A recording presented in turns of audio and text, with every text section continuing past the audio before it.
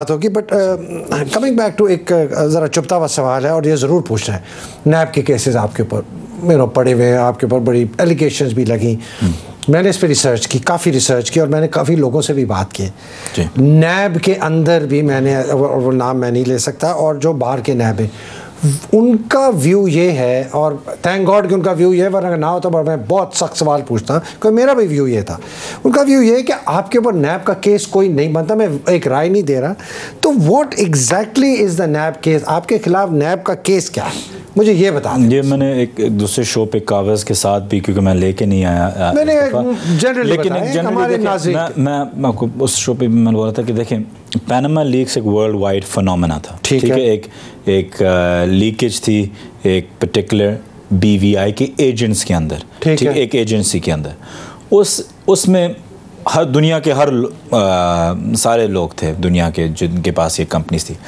अब मेरा जुरिस्डिक्शन अगर पाकिस्तान का बनता है या नहीं, ये जो आपकी बात है सही है, डिबेट है कि मेरा बनता है या नहीं। आप जब डायरेक्टर बनाते हैं कंपनीज़ में तो आप डायरेक्टर्स के नाम उसमें डालते हैं, उनके एड्रेसेस डालते हैं।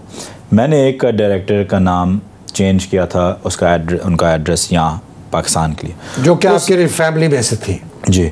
तो उस वजह से एक शायद ये हो कि ठीक है वो उस जुरिस्डिक्शन में आ जाते, जो डिबेटेबल इन इटसेल्फ। जो मेरा केस है, केस है नहीं, एक इंक्वायरी है। देखें, मैं नैब के साथ इस चीज़ पे भी एग्री करता हूँ, जो उनका जो नैब का मौक़िफ़ ये है कि जो भी आया उनके ऊपर इंक्वायरी हमने खोलनी होती है, तो वो एक प्रोटोकॉल सबके लिए फॉलो कर रहे हैं, तो उसमें मेरा भी डाल दिया। सवाल ये, मैंने नैब वालों से पूछा कि क्या किसी आदमी की, पाकिस्तानी की, अगर क्या कहते हैं ऑफशोर कंपनी है किसी भी की और लीगल है टैक्स रीजंस के लिए, आप उसमें भी इंक्वायरी करेंगे? तो उन्होंने कहा नहीं। मैं यही अर्ज़ कर रहा हूँ कि नैब ने चले इंक्वायरी कई लोगों की, सिर्फ मेरी नहीं, लेकिन शायद कई और लोगों की, मैं नहीं जानता कि खोली हो या नहीं खोलनी थी, या जो जुरिस्डिक्शन नहीं बनता, या उसमें कुछ मतलब है कि है नहीं जो वो ढूंढ रहे हैं। तो उन खाली चीज़ ये होती है कि खोलें और टाइम लगाएं उस पर और बंद करें, या आगे जाएं या बंद करें। तो मेरी भी गुजारिश यही है कि या आगे जाएं या बंद करें। तो केस क्या है कि भाई आपकी ये कंपनी है, ये सर क्या? केस कोई नहीं है। एक मीडिया का एक गलत वो मैसेज नैरेटिव जा रहा था कि कोई करप्शन का केस है, या ऐसी बिल्कुल कोई बात वो तो नहीं। वो तो मैंने सारे आपके, ठीक है, वो उनकी कोई बात नहीं, क्योंकि मैं 17 साल की उम्र में तो मैं यहाँ निकल गया था। दूसरी बात ये, अगर ये लिंक करें कि जी मेरे वालिद ने इंटरम मिनिस्ट्री भी एक ली थी एनवायरनमेंट की 3-4 महीने के लिए, वो भी अगर आप देखें तो वो 2007 में ली थी, जब बेनज़ीर भुट्टो साहिबा से आने से पहले।